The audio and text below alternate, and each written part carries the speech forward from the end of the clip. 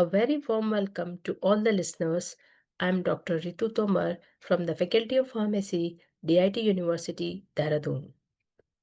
Today, I welcome you to part 1 of a two-part video lecture series on a very important topic of pharmacognosy, that is adulteration of crude drugs. This topic has been divided into two parts for better understanding, and in this video, I will be discussing the first part.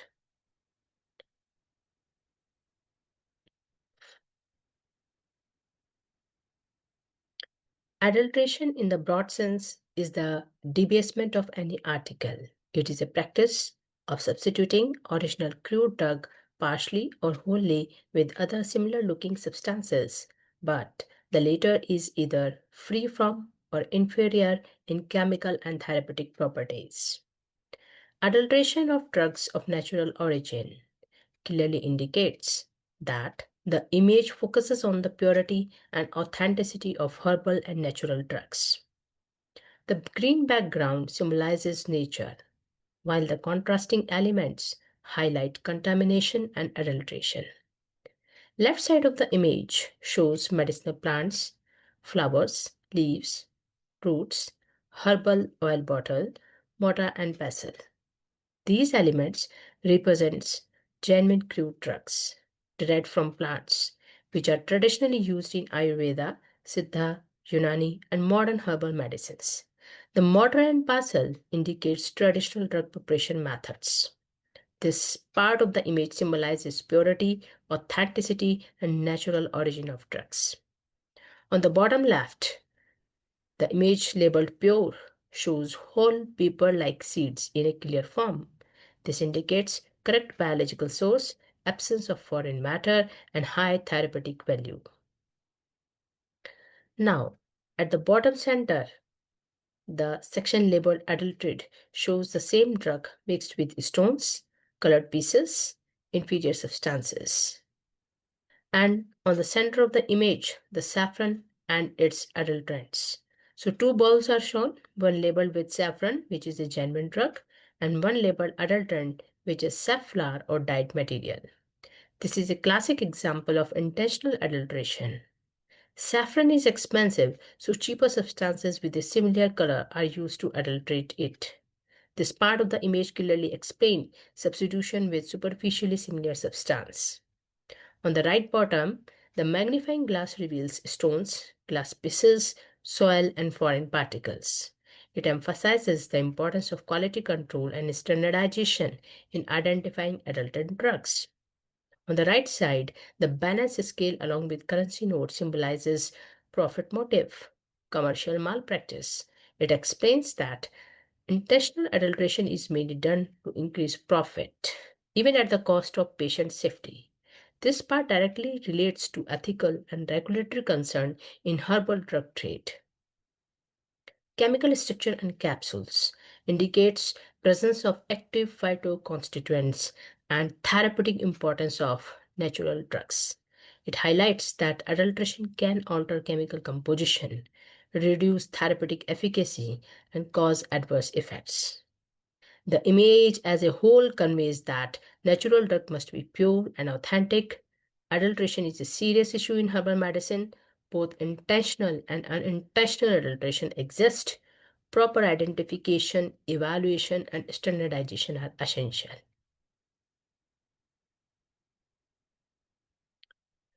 Now, we will study about the cause of the adulteration. It usually occurs when the drug is in less amount or scarcity is there or when its price is normally high. Now, what are the various conditions in adulterations? So basically, there are 6 conditions which are existing during adulteration. First is inferiority, second one is spoilage, third is deterioration, admixture, and fifth one is sophistication, and last one is substitution. Let's discuss all these conditions in detail one by one. Inferiority, it refers to any substandard condition of the drug. For example, the series of strychnos omega containing less than 1.15 of strychnine would be considered as inferior or substandard drug. Spoilage is also a form of substandard drug where the quality or value or usefulness of the article is destroyed by the action of the microorganisms like fungi and bacteria to render the drug unfit for human consumption.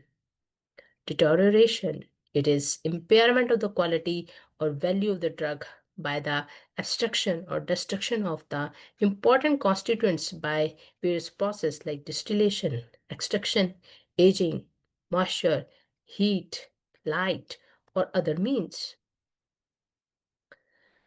Next is admixture. In addition to one article to another due to ignorance or carelessness or by accident.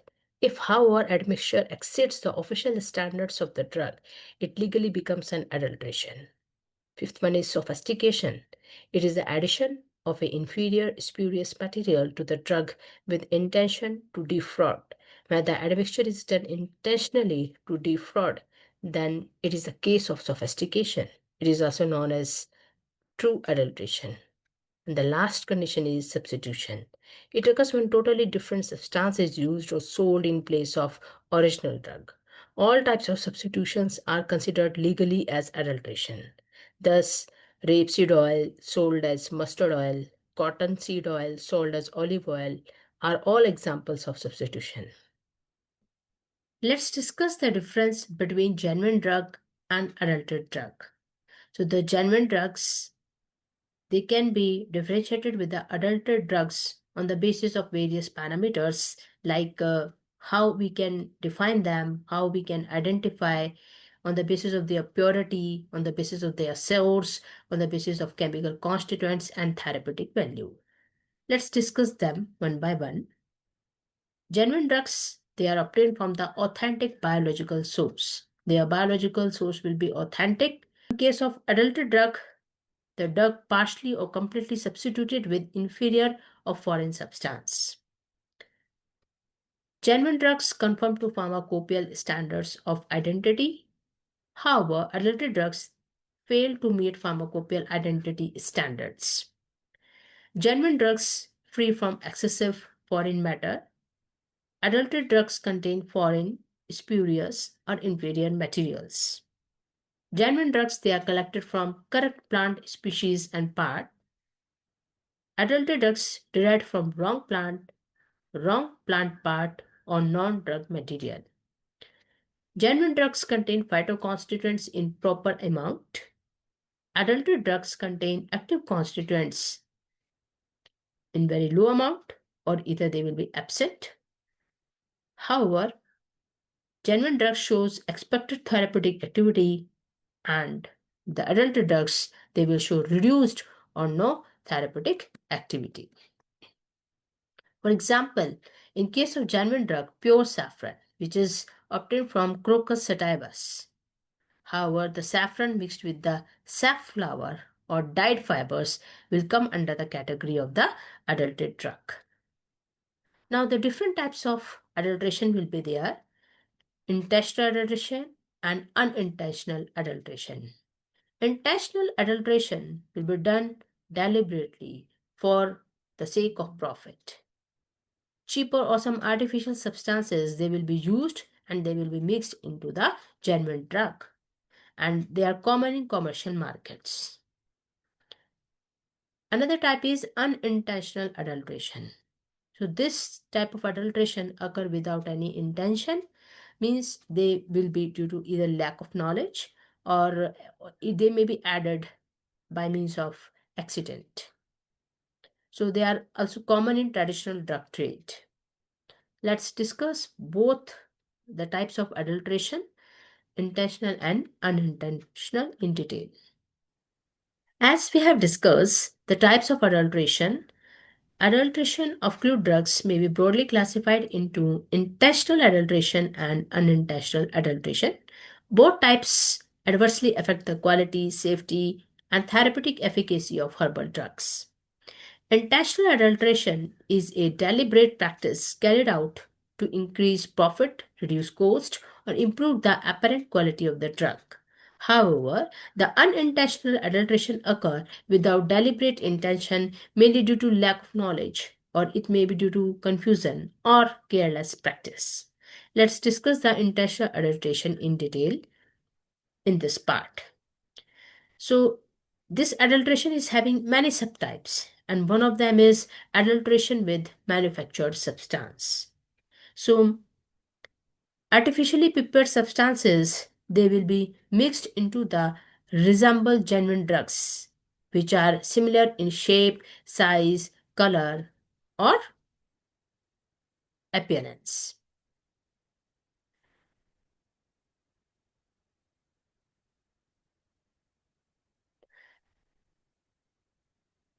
Intentional adulteration type 1 is adulteration with manufactured substance, which includes the examples like pure honey, adulterated by artificial honey or invert sugar. Artificial invert sugar is a synthetic mixture of glucose and fructose prepared by hydrolysis of sucrose using acids or enzymes. During hydrolysis, sucrose splits into glucose and fructose. The optical rotation of the solution inverts the dextrorotatory to levorotatory, hence it is called invert sugar. It closely resembles natural honey in sweetness and viscosity, and also much cheaper than natural honey and thereby used to increase the volume and profit. This is one of the example of this type of substitution or this type of adulteration. Now let's discuss the another example which will include under this category, that is paraffin wax substituted for beeswax. Paraffin wax is a petroleum derived hydrocarbon wax, whereas beeswax is a natural wax secreted by honey bees called Apis mellifera. So this why paraffin wax is used? Because it is cheaper than beeswax, similar color and solid consistency, easily molded to resemble beeswax blocks, increased profit margin. So this is the second example which will come under this category. Now we will discuss the another example which will come under the type 1 adulteration with manufactured substance, which is ergot adulterated by colored flour dough. Ergot. Ergot is a crude drug obtained from the dried sclerotia of Claviceps purpurea, a fungus that grows on rye called sickle cereal. So this ergot contains ergot alkaloids like ergometrine, ergotamine, which is used in control of postpartum hemorrhages and also used in migraine treatment. Whereas flour dough is prepared from wheat or rye flour, the dough is molded into shapes resembling ergot sclerotia. It is then colored using red, brown, or black dyes. These artificial pieces are mixed with genuine ergot. So this is another example which will come under this category. Next is coffee berries adulterated by chicory roots. Dried ripe seeds of coffee berries obtained from Coffea arabica, which mainly consist of caffeine, which is used in central nervous system stimulant. So these are adulterated by chicory, which is called carsini and commonly called coffee chicory when used as a coffee substitute. So the roots, they are commonly roasted and used as coffee substitute or coffee adulterant, especially because of their bitter taste. Intubin is a sesquiterpenine lactone which is responsible for the characteristic bitter taste of chicory and also contributes to its digestive, liver stimulant, and appetite enhancing properties. Inulin, which is a prebiotic and bitter principle, which is found in it, but it does not consist of any caffeine. So the chicory roots, they are roasted, powdered, and compressed, and the product is made to resemble coffee berries or coffee powder and mixed with the genuine coffee or sold entirely as a coffee. Now, the next example is adulteration with manufactured substance, which includes nutmeg is adulterated by basswood. So the pieces of the basswood, which belongs to Tilia species, are carefully carved into oval or round shapes, resembling genuine nutmeg, mystica fragrance seeds. After carving, the wooden pieces are artificially colored or stained brown and sometimes engraved with fine surface markings to imitate the natural wrinkles and veins present on true nutmeg. To enhance deception, the fake nutmegs may be polished or lightly oiled, giving them a natural sheen similar to genuine seeds. Unlike true nutmeg, which has a characteristic aromatic odor or spicy taste due to volatile oil such as myrcene, basswood is odorless, tasteless, and lightweight. When cut open, genuine nutmeg shows marbled internal structure, whereas basswood imitation exhibit a uniform fibrous, woody texture without aroma. On scraping or powdering, true nutmeg releases a strong fragrance while the adulterant basswood does not. So this is also another example which will come under this category. Now, the next type which will come under intentional adulteration is substitution with inferior commercial variety, which includes the example of tragacanth.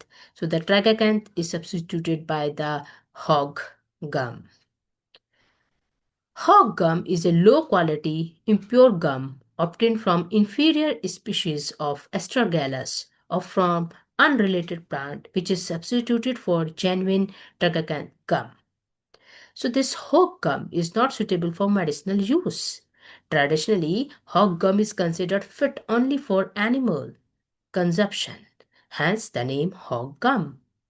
This is an example which will come under this type. Next is senna, which is adulterated by Arabian, obovate or Palthisena. So here you can see obovate senna refers to Senna obstifolia, a plant in the Senna genus known for its distinct obovate leaflets, means axe-shaped but wider at the tip.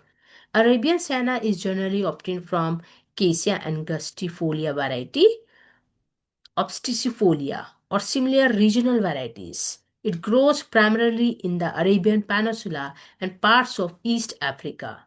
Leaves are smaller and narrower than true senna with a dull green color. Arabian senna contains lower amount of sinusides, which are active laxative constituents, may contain other anthraquinone glycosides, but therapeutic efficacy is weaker.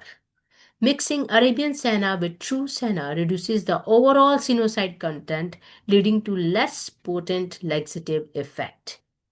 So, excessive use may lead to variable dosage and reduce predictability in medicinal formulation. Dog senna is usually obtained from Cassia occidentalis, sometimes called Cassia tora, is also grouped under dog senna. Dog senna leaves are mixed intentionally with genuine senna leaves, Cassia angustifolia or Cassia acutifolia, because of similar appearance and low cost. The leaves are larger, broader, and dark green than true senna. Dog senna contains very little or negligible sinusides. It may contain anthraquinone derivatives that are more irritant to the intestine, hence reduces laxative efficacy, may cause abdominal cramps and toxicity if used in excess. Next adulteration is palthai. Paltha senna as an adulterant of senna. It is obtained from Cassia auriculata. Leaves and leaflets, they are mixed with true senna during collection and drying, especially in local markets. So leaflets are thicker, broader, and more rounded. Color is yellowish green rather than pale green. And also the leaves, they are more pubescent or more hairy. The shape is usually obovate. Also, the sinucide content is absent or very low, making it therapeutically inferior. So it will leads to poor or inconsistent laxative action. Next example under this type is ginger, which is substituted by cochin or African ginger. Cochin ginger and African ginger are inferior substitutes of true ginger. Although botanically the same species, quality variation due to geography and processing making them unsuitable as full replacements. Their substitutions leads to adulteration, affecting both pharmaceutical quality and therapeutic efficacy. Now the next example under this type substitution with inferior commercial varieties is bale fruit, which is substituted by mangosteen fruits. Mangosteen fruits resemble bale fruits in dried form, especially when cut into pieces or powdered, leading to their uses as a substitute or adulterant. The edible pulp is sweet, juicy, and mild acidic. The fruit-rind pericarp, which is used as an adulterant, is strongly astringent and bitter. Mangosteen lacks mucilage and pectin, which are essential for bale's antidiarrheal action. Mangosteen fruits are used as a substitute or adulterant for bale fruits due to physical resemblance and astringent nature. However, the absence of mucilage and pectin makes mangosteen pharmacologically inferior. Such substitutions leads to adulteration affecting both quality and efficacy of bale-based preparation. Next example under this type substitution with inferior commercial variety is inferior grade of licorice mixed with genuine drugs. Organoleptically, inferior licorice shows weak sweetness, faint odor, and a more fibrous fracture. Chemically, the proportion of active constituents, particularly glycyrrhizin and flavonoid, is significantly lower, resulting in reduced emulsant, expirant, and anti-inflammatory activity. The mixing of inferior grades therefore lowers the overall quality, potency, and therapeutic efficacy of licorice preparation.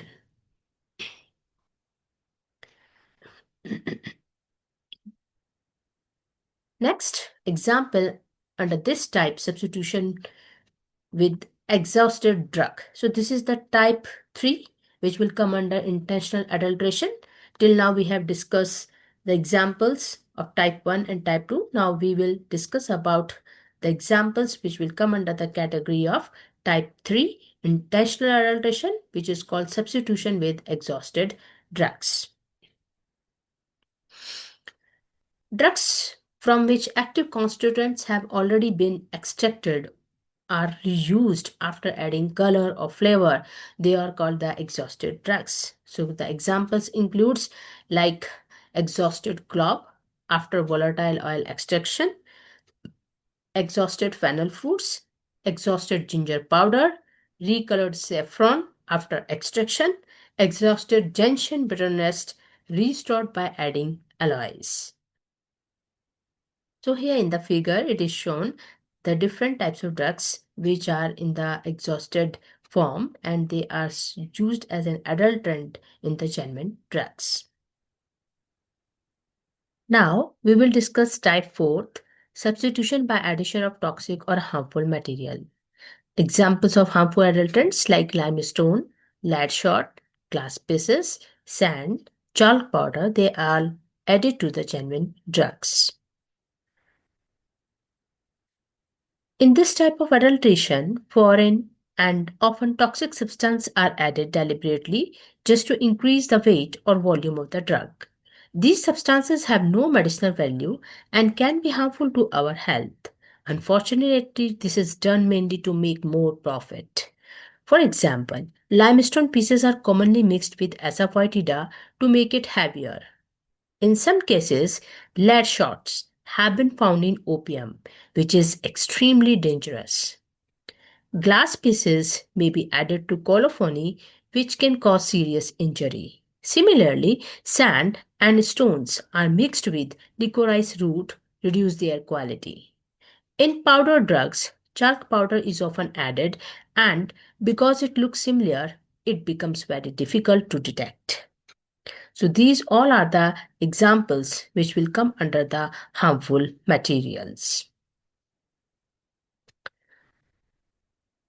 Let's discuss the type 5 substitution with superficially similar natural substances.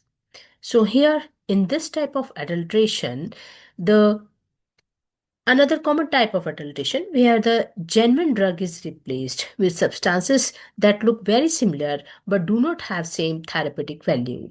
These substances may appear almost identical in shape, size or color, which makes them difficult to identify with the naked eye.